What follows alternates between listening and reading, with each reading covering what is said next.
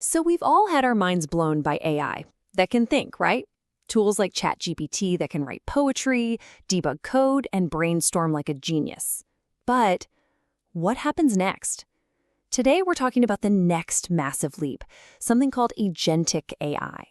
This is AI that doesn't just think, it acts. Let's get into it. This quote just nails the problem perfectly.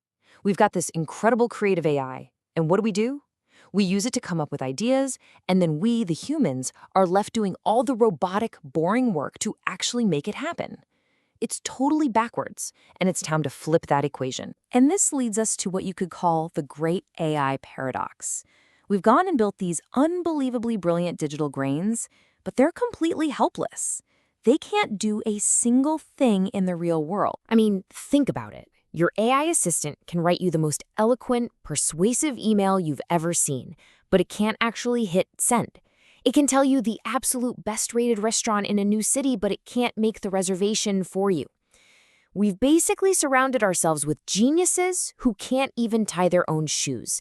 And this isn't just a little inefficient, it's creating a really strange new reality for us. Because if the AI is just the thinker, who's left to be the doer? Who's doing all the robotic, copy-paste, connect-the-dots work? Yep, we are. Humans are becoming the manual labor, the digital janitors for these brilliant but helpless AI minds. And the scale of this is just staggering. Some knowledge workers are now spending up to 60% of their day on what some people call work about work. You know what I'm talking about. It's that mind-numbing stuff. It's copying data from one spreadsheet to another app. It's manually checking the facts an AI gave you. It's executing the to-do list that the AI dreamed up. The machines get to do the creative dreaming, and we get to do the grinding. To really make this hit home, let's look at a couple of quick stories. I have a feeling these are going to sound painfully familiar. So first up is Brian. He's all excited, asks an AI to plan his dream trip to Italy. And boom, out comes this beautiful, perfect itinerary. Amazing, right? Well, the only problem is that charming little hotel it recommended, it's been permanently closed for 2 years. And that secret hidden beach, so secret it doesn't show up on any map. So instead of dreaming about his vacation, Brian spent his night drowning in like 20 different browser tabs, doing the real work, checking flights, finding a real hotel, and actually booking everything.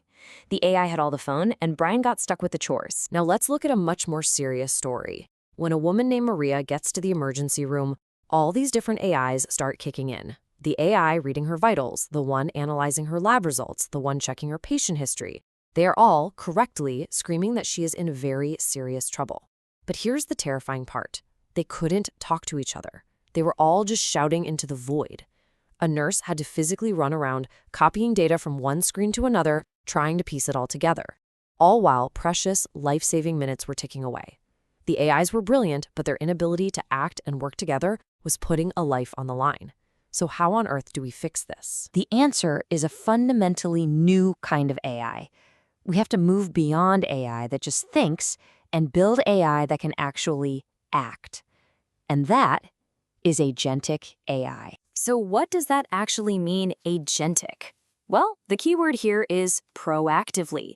An agent doesn't just sit there waiting for a prompt. You give it a high-level goal, like plan my trip to Italy, and it goes out on its own, breaks that goal down into steps, interacts with websites and apps, and if it hits a roadblock, it adapts its plan and keeps going. Okay, let's put it this way. The generative AI we have now, like a ChatGPT, is like a brilliant consultant. You ask a question, it gives you a brilliant answer or a report. But Agentic AI, that's like a star employee. It doesn't just give you the report, it goes out and executes the plan. It's deeply connected to other systems, and, this is huge, it learns from what it does. It gets smarter on the job, not just when its developers decide to retrain it. So let's go back to our stories and see the difference.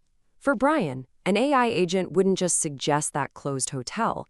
It would see it's closed, find a better one that has rooms right now, and book it, along with the flights. Done.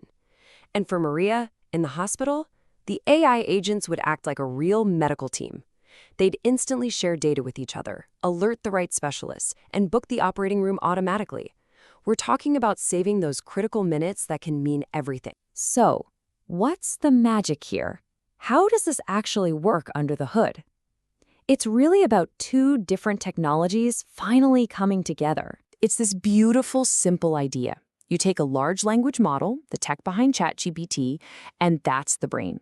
It can understand language, it can reason, it can strategize and plan. Then you connect that brain to workflow automation tools. These are the hands. They can actually click buttons, type into fields, and interact with other software. You put the brain and the hands together, and suddenly you have an intelligent digital worker that can both think and do. And listen, this isn't some far-off future thing. It's already being used today.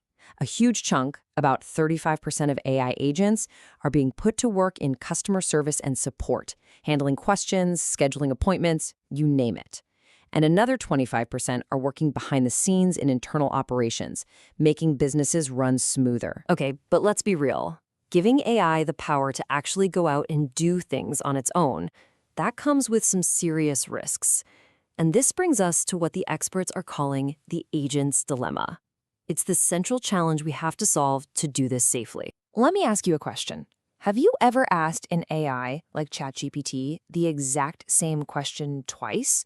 You probably got two slightly different answers, right? Well, that's the core of the dilemma. That randomness has a technical name, stochasticity.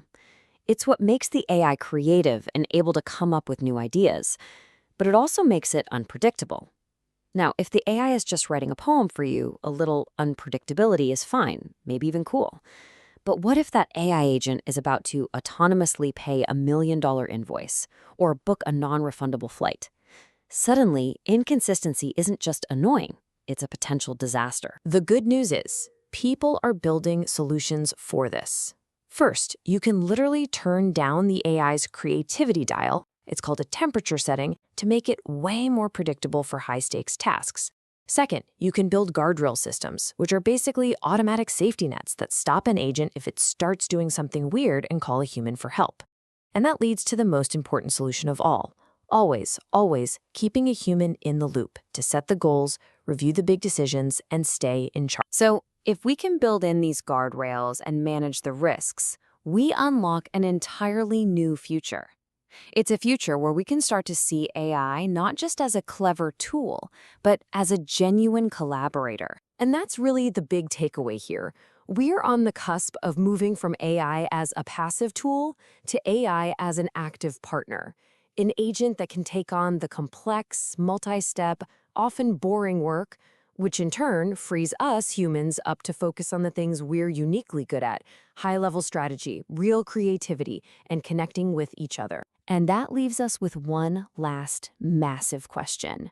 As we finally manage to flip that equation and let the robots actually be the robots, we have to decide what to do with all our newfound freedom and focus. As AI learns how to act, what will we as humans choose to do? That's the real journey that's just beginning. Thanks for joining me.